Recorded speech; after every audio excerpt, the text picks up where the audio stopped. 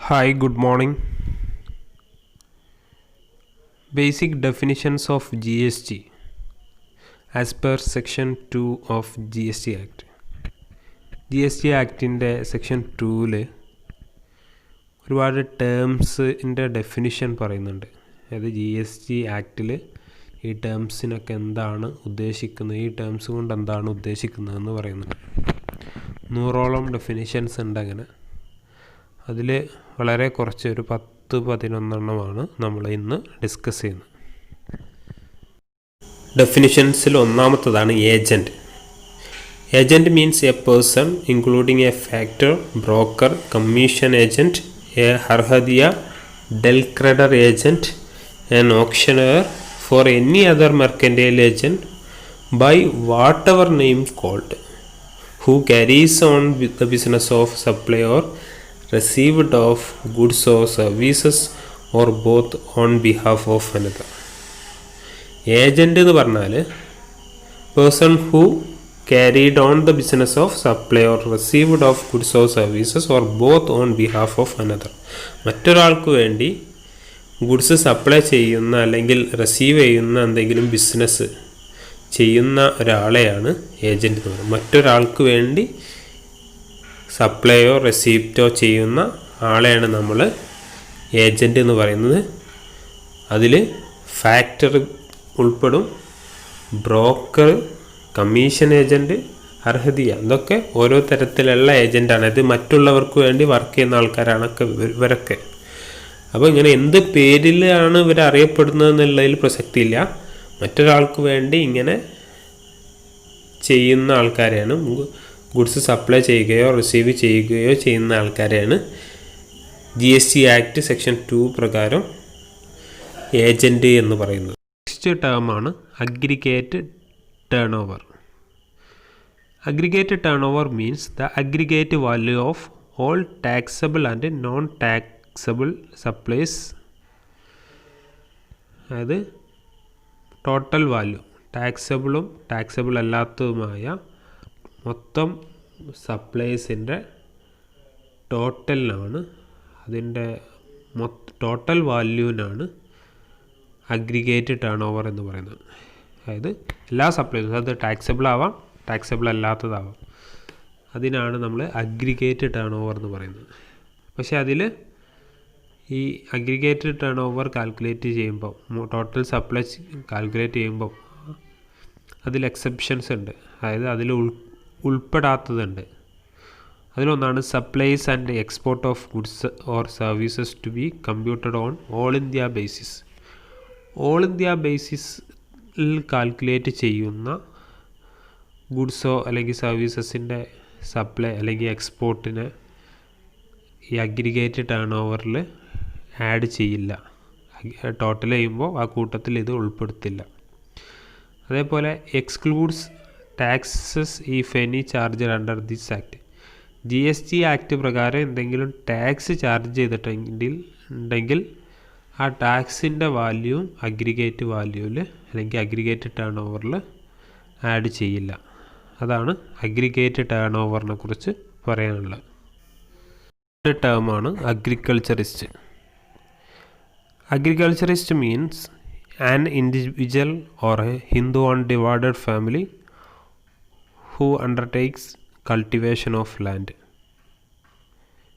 A by own labor, B by the labor of family, C by servant on wages payable in cash or kind, by hired labor under personal supervision of any member of the family.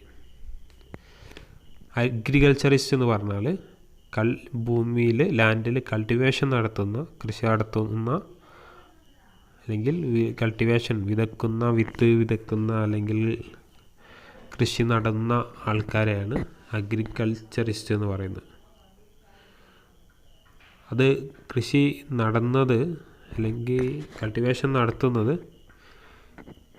By on labour ആവാം, സ്വന്തമായിട്ട് ജോലി ചെയ്തിട്ടാവാം, അല്ലെങ്കിൽ by the labour of family members ആരെങ്കിലും ആവാം cultivation ചെയ്തത് ലാൻഡിൽ, അതും അവരെയും അഗ്രികൾച്ചറിസ്റ്റ് എന്ന് പറയാം. അതേപോലെ ബൈ സെർവൻറ്റ് ഓൺ വേജസ്, കൂലി കൊടുത്തിട്ട് ആളോട് ചെയ്യിപ്പിച്ചതായാലും ലാൻഡിൻ്റെ ഉടമസ്ഥൻ കൾട്ടിവേഷൻ ചെയ്തതായിട്ട് പരിഗണിക്കും, അല്ലെങ്കിൽ അയാൾ അഗ്രികൾച്ചറിസ്റ്റ് എന്ന് അറിയപ്പെടും. ഈ കൂലിക്ക് ആളെ വിളിക്കുമ്പോൾ അയാൾക്ക് payable in cash or kind, അയാൾക്ക് ക്യാഷോ അല്ലെങ്കിൽ ക്യാഷിന് പകരം എന്തെങ്കിലും വസ്തുക്കളോ കൊടുക്കാം. ഇതിപ്പം നെല്ലൊക്കെ ചെയ്യുകയാണെങ്കിൽ അതിന് പകരം നെല്ലോ അരിയോ ഒക്കെ കൊടുക്കുന്ന സിസ്റ്റം ഉണ്ടല്ലോ, അതാണ് kind. Or by hired labour under personal supervision, hired ആവാം, റെൻറ്റിനെടുത്ത, അതായത് ഹയർ ബേസിൽ ലേബേഴ്സിന് എടുത്തതും ആവാം.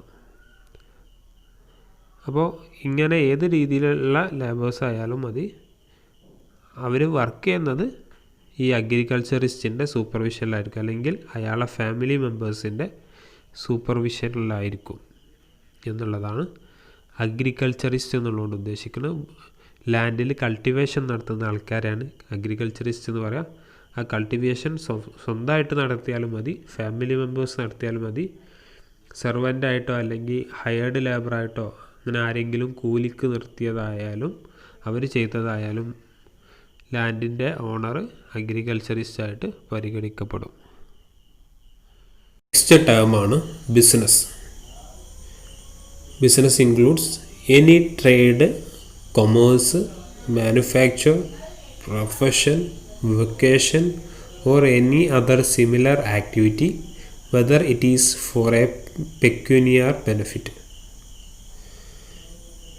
ഈ പറയപ്പെട്ട ട്രേഡ് ആവാം, ട്രേഡ് അറിയാം, sale and purchase of goods service, അതേപോലെ കൊമേഴ്സ്, അതിൽ ആക്സിലറേറ്റ്സ് ടു ട്രേഡും കൂടി വരും. ട്രേഡുമായിട്ട് ബന്ധപ്പെട്ട കാര്യങ്ങൾ ഉൾക്കൊള്ളുന്നതാണ് കൊമേഴ്സ്. മാനുഫാക്ചർ, അതായത് പ്രൊഡക്ഷൻ, പ്രൊഫഷൻ അല്ലേ, അതേപോലെ വൊക്കേഷൻ, അതായത് ഒരു തൊഴിലോ അല്ലെങ്കിൽ കരിയറോ ഒക്കെ ആയിട്ട് related, or other similar activity whether it is for pecuniary benefit, പണസമ്പാദനം അല്ലെങ്കിൽ ഏണിങ് മണിയായിട്ട് റിലേറ്റഡ് ആയിട്ടുള്ള ഇത്തരം ആക്ടിവിറ്റീസിനാണ് ബിസിനസ് എന്ന് പറയുന്നത്. ട്രേഡും കൊമേഴ്സും മാനുഫാക്ചറും പ്രൊഫഷനും വൊക്കേഷനും അല്ലെങ്കിൽ ഇതുപോലുള്ള ആക്ടിവിറ്റീസൊക്കെ ബിസിനസ് ആയിട്ടാണ് സെക്ഷൻ 2 ഡിഫൈൻ ചെയ്യുന്നത്. അതിൽ അടുത്ത് പറയുന്നത് any transaction in connection with incidental or ancillary to above, അത് ഫസ്റ്റ് പറഞ്ഞ പോയിൻറ്റുമായിട്ട് ബന്ധപ്പെട്ട കാര്യങ്ങൾ, അതുമായിട്ട് കണക്റ്റ് ചെയ്യാവുന്ന അല്ലെങ്കിൽ അതുമായിട്ട് റിലേറ്റഡ് ആയിട്ടുള്ള എല്ലാ ട്രാൻസാക്ഷൻസും ബിസിനസ് ട്രാൻസാക്ഷനായിട്ട് തന്നെയാണ് കൺസിഡർ ചെയ്യുന്നത്. ഇനി മൂന്നാമത്തതാണ് any transaction in the nature of above, അതായത് ഫസ്റ്റ് ആദ്യം പറഞ്ഞ കൊമേഴ്സ്, മാനുഫാക്ചർ, പ്രൊഫഷൻ, വൊക്കേഷൻ അല്ലെങ്കിൽ അതുപോലെയുള്ള ആക്ടിവിറ്റീസുമായിട്ട് റിലേറ്റഡ് ആയിട്ടുള്ള അല്ലെങ്കിൽ അതിൻ്റെ നേച്ചറുള്ള ആക്ടിവിറ്റീസും ബിസിനസ് എന്നുള്ളതിൽ വരും. അപ്പോൾ ആദ്യം പറഞ്ഞു എന്താണ് ബിസിനസ്സിൽ വരിക എന്നുള്ളത്, കൊമേഴ്സ്, മാനുഫാക്ചർ, പ്രൊഫഷൻ, വൊക്കേഷൻ, അതുപോലെ അതുമായിട്ട് റിലേറ്റഡ് ആയിട്ടുള്ള ട്രാൻസാക്ഷൻ. പിന്നെ പറഞ്ഞു അതുമായിട്ട് കണക്ട് ചെയ്യുന്ന അല്ലെങ്കിൽ അതുമായിട്ട് ലിങ്കുള്ള, അതുമായിട്ട് റിലേറ്റഡ് ആയിട്ടുള്ള ആൻസിലറി ആയിട്ടുള്ള അതിൻ്റെ സബായിട്ട് വരുന്ന ആക്ടിവിറ്റീസ്. അതുപോലെ അതേ നേച്ചറുള്ള ഫസ്റ്റത്തെ കാറ്റഗറിയിൽ വരുന്നതിൻ്റെ നേച്ചറുള്ള ആക്ടിവിറ്റീസ്, എന്ത് പേരിട്ട് വിളിച്ചാലും അതിൻ്റെ നേച്ചറിലുള്ള ആക്ടിവിറ്റീസ്.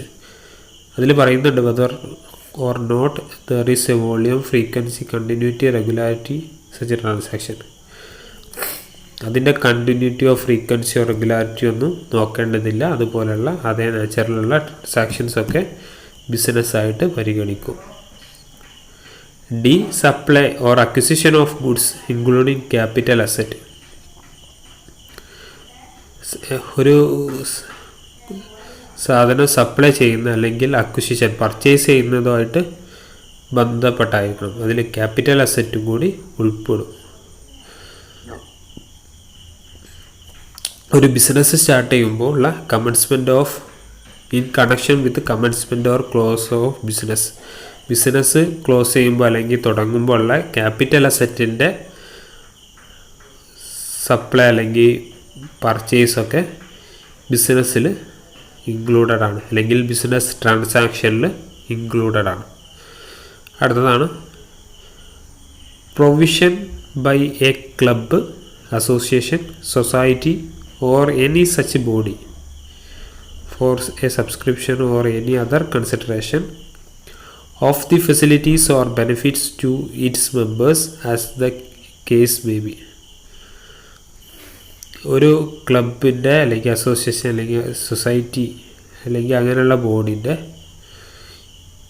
എന്തെങ്കിലും ഫെസിലിറ്റീസോ ബെനഫിറ്റോ സ്വീകരിച്ചാൽ അത് അല്ലെങ്കിൽ പ്രൊവൈഡ് ചെയ്താൽ അത് ബിസിനസ്സായിട്ട് കൺസിഡർ ചെയ്യും. Admission for a consideration of a person to any premises, ഏത് ഒരു ചുറ്റുപാടിലേക്കും എന്തെങ്കിലും ക്യാഷ് വാങ്ങിയിട്ട് കടത്തി വിടുകയാണെങ്കിൽ അതിനെയും ബിസിനസ് എന്ന് വിളിക്കും.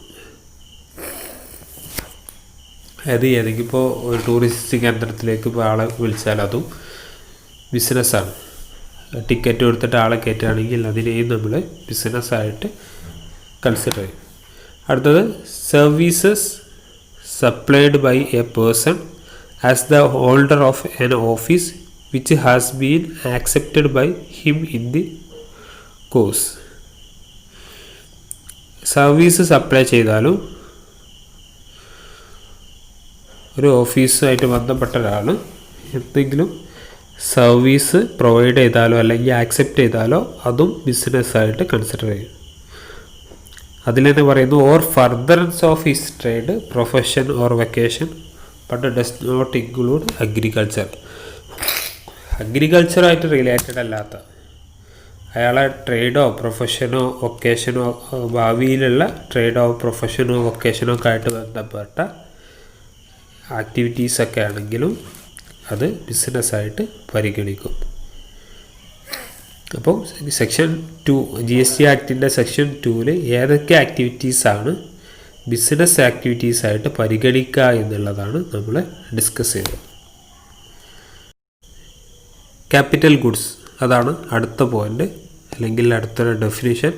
Capital goods means goods the value of which is capitalised in the books of accounts of the person claiming the input tax credit. Input tax credit claim ചെയ്യുന്ന ആളുടെ ബുക്സ് ഓഫ് അക്കൗണ്ടിൽ അത് capitalise ചെയ്തിട്ടാണ് ഒരു goods എഴുതിയിട്ടുണ്ടെങ്കിൽ അതിനെ capital goods എന്ന് പറയാം. Capitalise ചെയ്യാന്ന് പറഞ്ഞാൽ which are used or intended to be used in the course or furtherance of business. ബിസിനസ്സിൽ ഉപയോഗിക്കാൻ വേണ്ടി വാങ്ങിയിട്ടുള്ള ഗുഡാണ്, അസറ്റാണ്. അത് ഭാവിയിൽ ഫ്യൂച്ചർ ബെനിഫിറ്റിന് വേണ്ടി ഉപയോഗിക്കാൻ വേണ്ടിയിട്ടുള്ള ഗുഡ്സാണ്. അതിനെ നമ്മൾ അസറ്റ് എന്നൊക്കെ പറയും. അപ്പോൾ അത്തരം ഗുഡ്സ് ആണെങ്കിലാണ് നമ്മൾ ക്യാപിറ്റൽ ഗുഡ്സ് എന്ന് പറയുന്നത്. ഇൻപുട്ട് ടാക്സ് ക്രെഡിറ്റ് ക്ലെയിം ചെയ്യുന്ന ആളെന്ന് പറയുമ്പോൾ അത് വാങ്ങിയിട്ട് യൂസ് ചെയ്യുന്ന ആളാണ്. അയാളെ യൂസ് ചെയ്തിട്ട് വീണ്ടും അത് സെയിൽ ചെയ്യുമ്പോഴാണ് ഇൻപുട്ട് ടാക്സ് ക്രെഡിറ്റ് ക്ലെയിം ചെയ്യുക. അപ്പോൾ അങ്ങനെ ഇൻപുട്ട് ടാക്സ് ക്ലെയിം ചെയ്യാൻ യോഗ്യത ഉള്ള അയാളുടെ ബുക്സ് ഓഫ് അക്കൗണ്ടിൽ ഇത് ക്യാപിറ്റലൈസ് ചെയ്തിട്ടുണ്ടെങ്കിൽ, അസറ്റായിട്ട് കൺസിഡർ ചെയ്യുന്നുണ്ടെങ്കിൽ അതിനെയാണ് ക്യാപിറ്റൽ ഗുഡ്സ് എന്ന് പറയുന്നത്. ബേസിക് ഡെഫിനിഷൻസ് ഓഫ് GST എന്നുള്ള പാർട്ടിൽ 5 ഡെഫിനിഷൻസ് ആണ് ഇപ്പോൾ നമ്മൾ ഡിസ്കസ് ചെയ്തത്. Agent, aggregate turn over, agriculturist, business, capital goods, ഇങ്ങനെ 5 ടേംസാണ് നമ്മൾ ഡിസ്കസ് ചെയ്തത്. ഇനിയും കുറച്ച് ടേമുകളൊക്കെ ഡിസ്കസ് ചെയ്യാനുണ്ട്. അത് നമുക്ക് അടുത്ത ക്ലാസ്സിലാക്കാം. Thank you.